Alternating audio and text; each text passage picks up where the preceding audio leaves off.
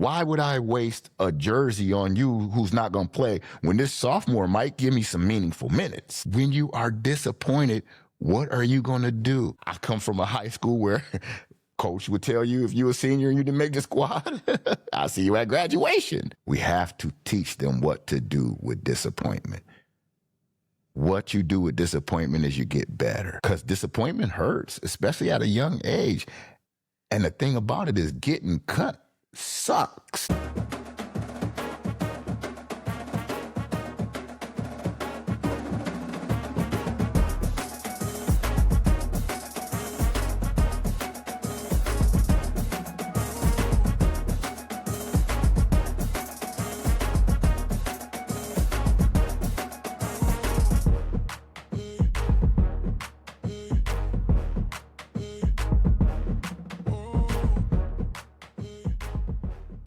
Welcome to another episode of Coach Rodo's Winning Regardless podcast. This is one of my favorite times of the year because this is when, us as coaches, we get to really, pour into the youth, pour into the kids knowledge and advice. Today I want to talk about, in lieu of high school and middle school basketball tryouts being over with, I want to talk about disappointment of getting cut.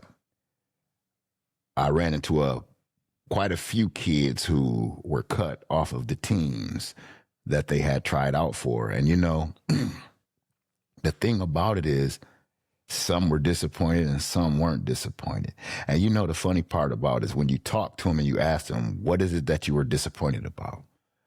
I had a few of them even say to me that I disappointed my parents. And, I even said to him, I said, whoa. I said, first of all, you're trying out for the wrong reason. If you got cut and you felt like you disappointed your parents more than you feel like you disappointed yourself, you weren't playing the sport for yourself.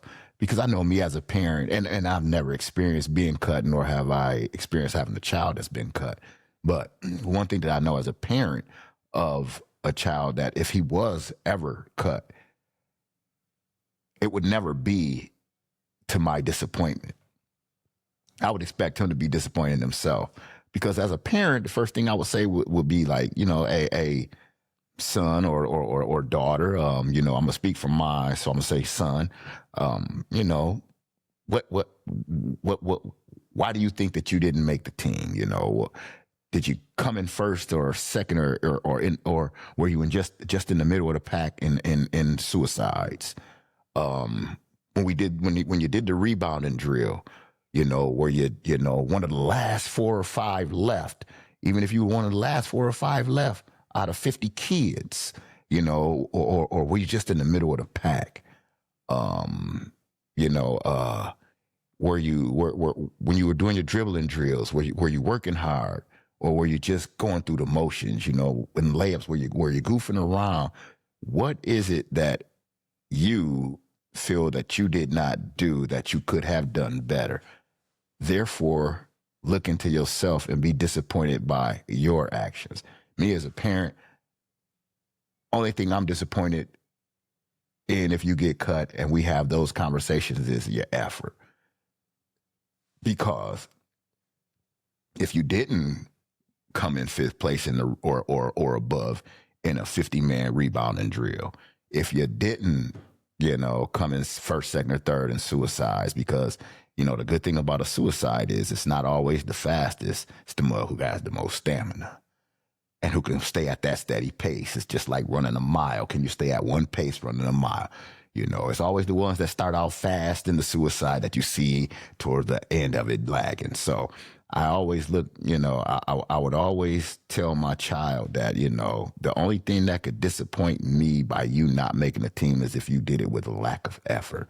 And so when I was talking to these kids, I asked them that. I said, what was your effort like? Were you going through the motions? And the funny thing about younger kids is they won't lie to you, really. And you can see it in their eyes and you can see it in their face. It's like, because What I need people to understand is you're important as a coach. And if they see you as a coach, man, you are a very important part of their life. So for them to lie to you, they know that is how you disappoint us as their coaches, is to lie. So it's to lie to me when I ask you about your effort or anything like that. So it's always funny because, I always pour into kids out of every school around here in my area. I don't, because I'm not loyal to any schools here because I'm not from here. But I know kids in all of the schools, and I treat them all the same, and I try to pour into them all the same. And, when the few of them that I talked to from the middle school that were disappointed by not making the team, my first question was, well, what are we going to do with that disappointment? A few of them are just going to go home and be chill, but what about the ones who are really disappointed with their action, with their effort, and with not making a team? Like, what are you going to do? Because, next year you're going to be an eighth grader, and it's going to be these same kids that made the team that you're going to be. So what are you doing?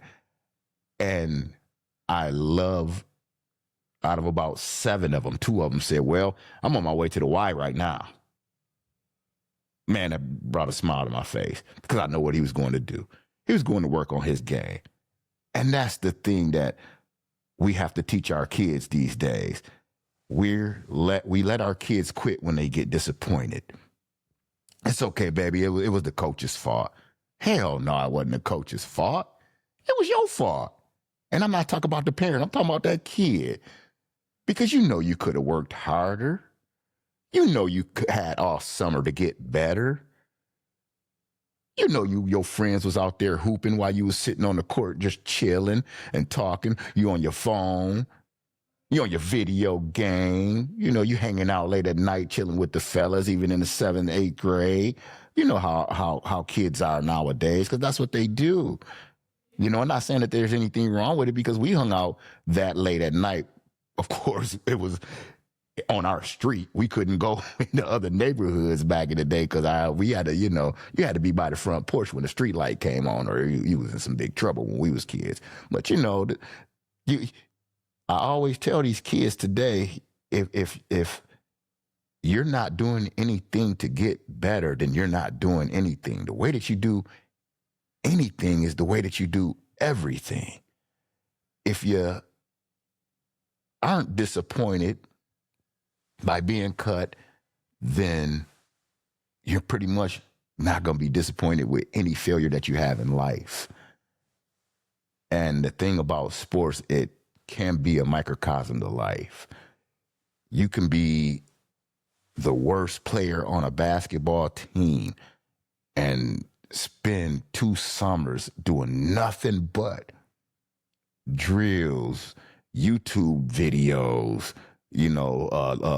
looking at them, what drills do I need to work? Okay, I need to work on my left hand. So pull up my phone, YouTube. What drills do they have? There's so much, and these kids have so much access to getting better that they think that they need somebody to help them get better when we didn't have that. You know what we did to get better?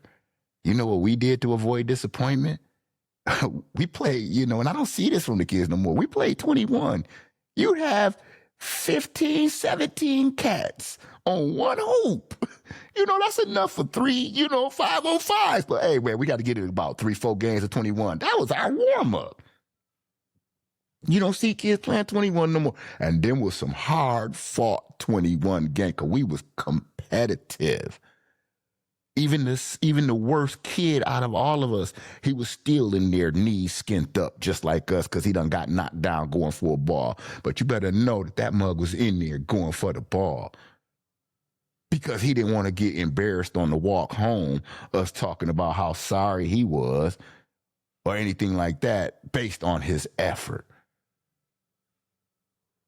We love to say, man, that mug couldn't score a bucket, but hey, that mug got every rebound. That mug was diving out of bounds trying to get balls. I'll take him on my team any day.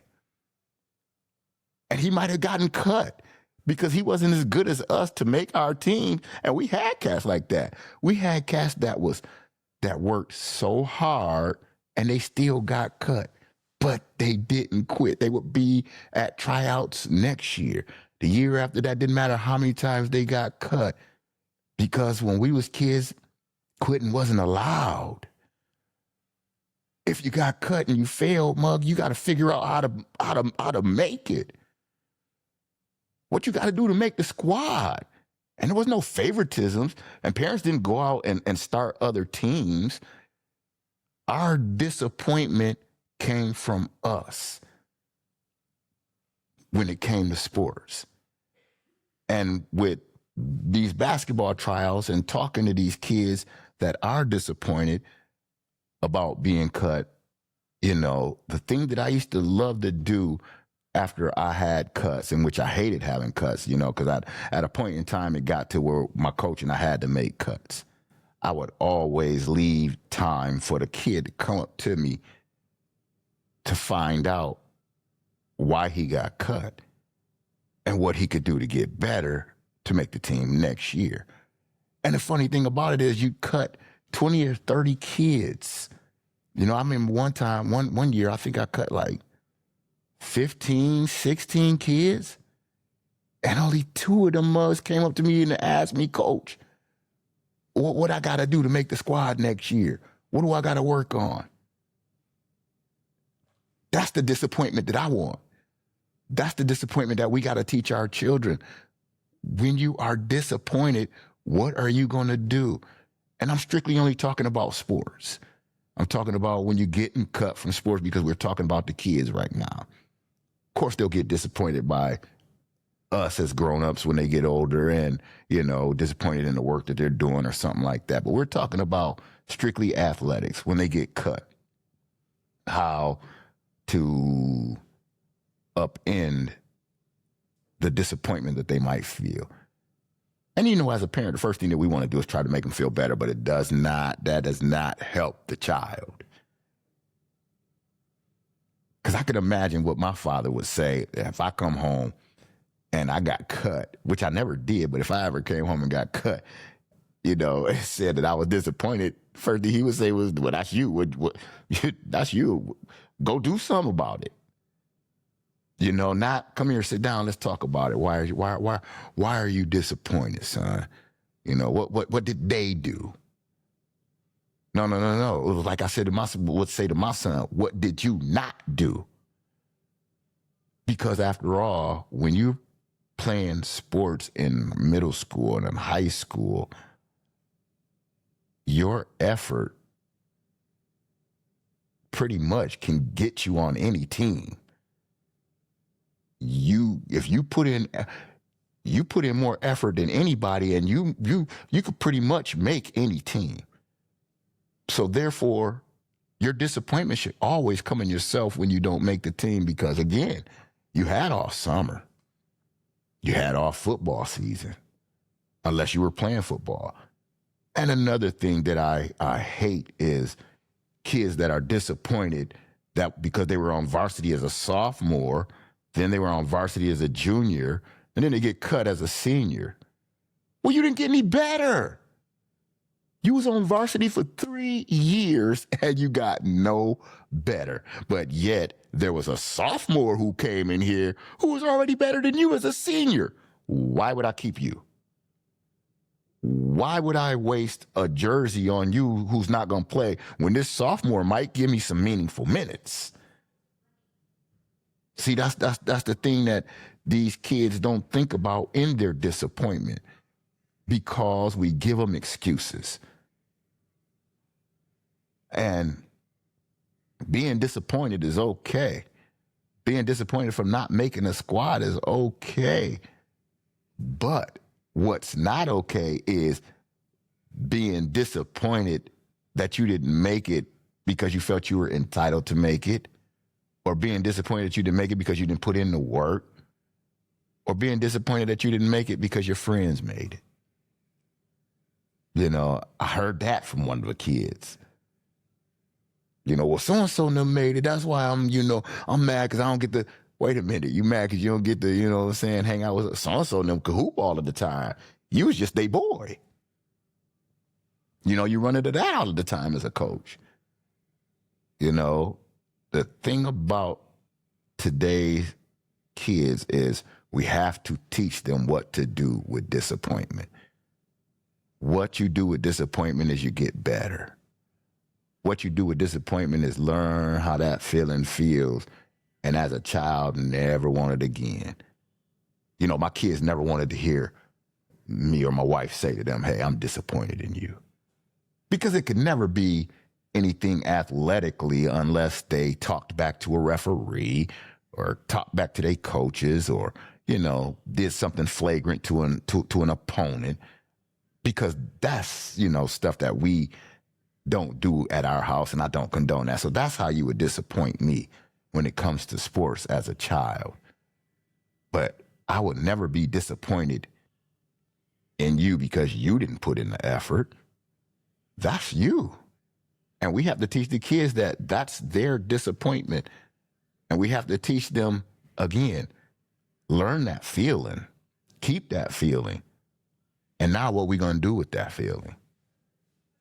You know, I love to hear the few little kids over there in my neighborhood after we had the conversation about their disappointment. Man, Coach Marshall, you know what? You right. I'm gonna spend all summer getting in the weight room, and man, it's wintertime. Yeah, but the basketball season's over with, so I'm gonna get ready for track. I'm gonna run track, and because you know it leads into other things when you pour into these kids and you try to help them with their disappointment. You know, the thing as a coach, we have to teach these kids how to deal with their disappointment. We have to teach them how to manifest their disappointment into maybe a better situation. Help them make it next year based on your conversation.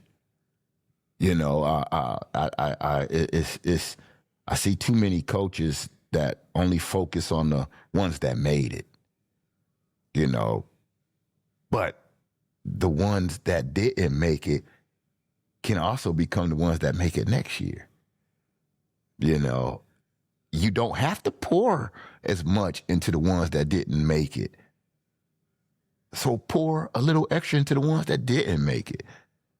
Because at a young age, kids can't deal with disappointment in the way that grown-ups try to give it to them. I think it's a case of we have to keep it in perspective and keep it in its arena. You know, we mix disappointment up with different things, so therefore the kid is confused. You know, which is why when a kid says, I disappointed my parents, or I felt like I disappointed my parents, that's in the wrong arena. And that's where the kid is confused, because I'm sure, you know, when he told me that, I'm sure his dad and his mom wasn't going to be upset with him about not making the team. They might be upset with the effort that he might have put in to not, that caused him not to make it, but they're not disappointed that he didn't make the team. Or maybe they are. I just don't think that, you know, as parents, that should be what we're disappointed in. We should be disappointed in the effort, because again, the way you do anything is the way you do everything. So that means, you know, if you lollygagging on tryouts, then you probably lollygagging in school and your book work, because it's a habit. So, you know, again, these younger athletes and all of you high school kids, boys and girls that were cut, if you're a senior, you know, go spend the time looking within yourself. You know, get ready for college. You know, I mean, I'm sorry to say that, but I mean, you're pretty much, your high school career is over, so you got to figure something else out. You know, I mean, I come from a high school where coach would tell you if you were a senior and you didn't make the squad, I'll see you at graduation.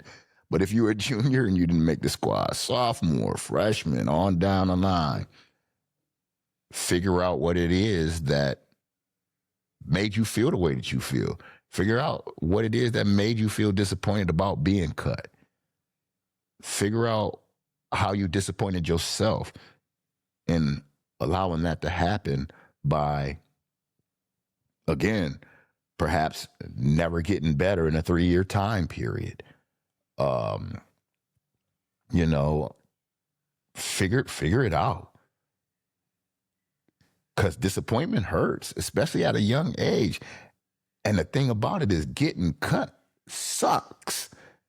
Never had it happen again to me, but I've had to do it. And I've seen the looks on these kids' face.